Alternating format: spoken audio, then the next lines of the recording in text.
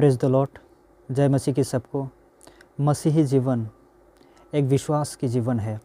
अगर हम विश्वास में अगर यीशु मसीह पर विश्वास करते हुए अपने जीवन को बिताते हैं, परमेश्वर की आज्ञा के अनुसार अगर हम अपने जीवन को बिताते हैं और विश्वास में आगे बढ़ते हैं, तो वचन कहते हैं परमेश्वर हमें हर एक सिचुएशन में वो हमें सहायता और अपने वादा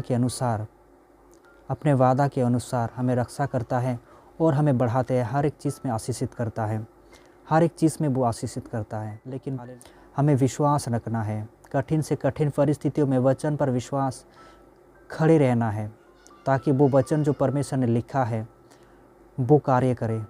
ऐसे ही हम अगर वचन में पढ़ें तो रोमियो 4 अध्याय 13 से 25 पद अगर हम पढ़ें तो इस प्रकार लिखा है। एक व्यक्ति के बारे में उस पर लिखा है, अब्राहम है। वचन कहते हैं वो हमारे शारीरिक पिता अब्राहम है। और परमेश्वर अब्राहम को अपने गांव से, अपने शहर से, जब अब्राहम का कुल आयु 75 साल था, तब परमेश्वर ने अब्राहम को बुलाया अपने गांव से। और अब्राहम ने विश्वास किया परमेश्वर की आवाज़ पर, परमेश्वर के वचन पर विश्वास किया। और परमेश्वर अपने कुटुंब, अपने शहर, अपने फ्रेंड को, हर एक चीज़ को वो छोड़ दिए जो शारीरिक थे। परमेश्वर की आवाज़ पर उन्होंने सिर्फ विश्वास किया और घर से निकल गए। वो अन्य देशों में गए, वो परदेसी होकर रहा, वचन कहते हैं। और परमेश्वर ने अब्राहम से वादा किया था कि मैं तुम्हारे बेटे बेटियां उत्पन्न करूंगा और वो समुद्र के बालू के किनकों के समान बनाऊंगा, और तुम्हारे बेटे बेटियां इस पूरे देश में फैलेंगे और तू उसका मूल पिता होगा। ऐसा परमेश्वर ने वादा किया। अगर हम देखें अब्राहम की आयु और उसके पत्नी सारा की आयु, तो ऐसा नहीं प्रतीत होता है कि उसके बच्चे होने वाले हैं या हो सकता है। अब्राहम की पत्नी वांस थी, वो उसके कोख मरे हुए थे, लेकिन परमेश्वर उन्हें वादा करता रहा। 25 साल विश्वास के साथ अब्राहम चलता रहा।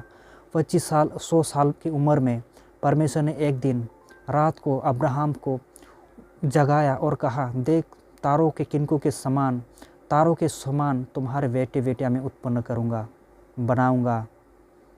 लेकिन अगर हम देखें तो अब्राहम सोच सकता था कि परमेश्वर, मेरा 25 साल हो गया है विश्वास में घर से निकलते हुए, लेकिन आपने जो वादा किया था अभी तक पूरा नहीं हुआ।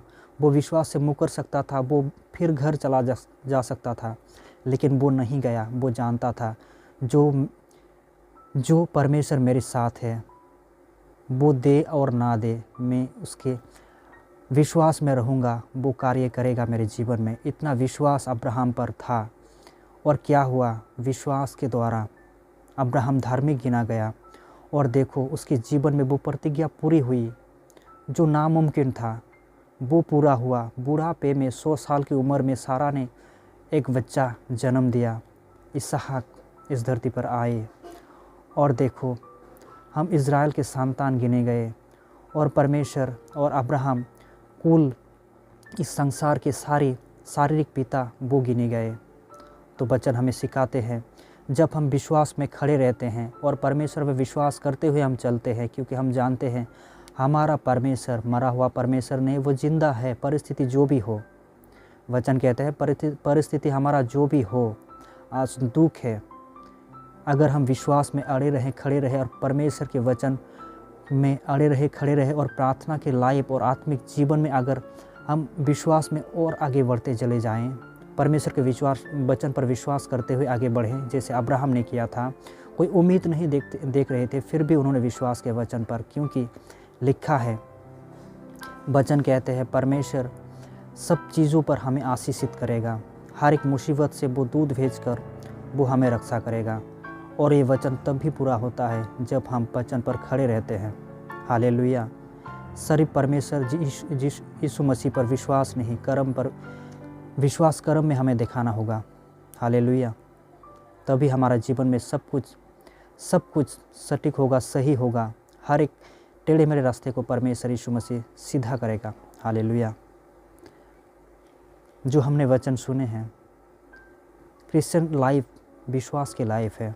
इसलिए मैं कहता हूँ कि विश्वास में हम कैसे आगे बढ़े, इस खोज में रहें। परमेश्वर के वचन में लिखा है, मत्ती 6:33 में पहले मेरे धर्म और राज्य की खोज करो तो क्या होगा, बाकी सब वस्तुएं दुनिया के पीछे पड़ के आपको मिलेगा।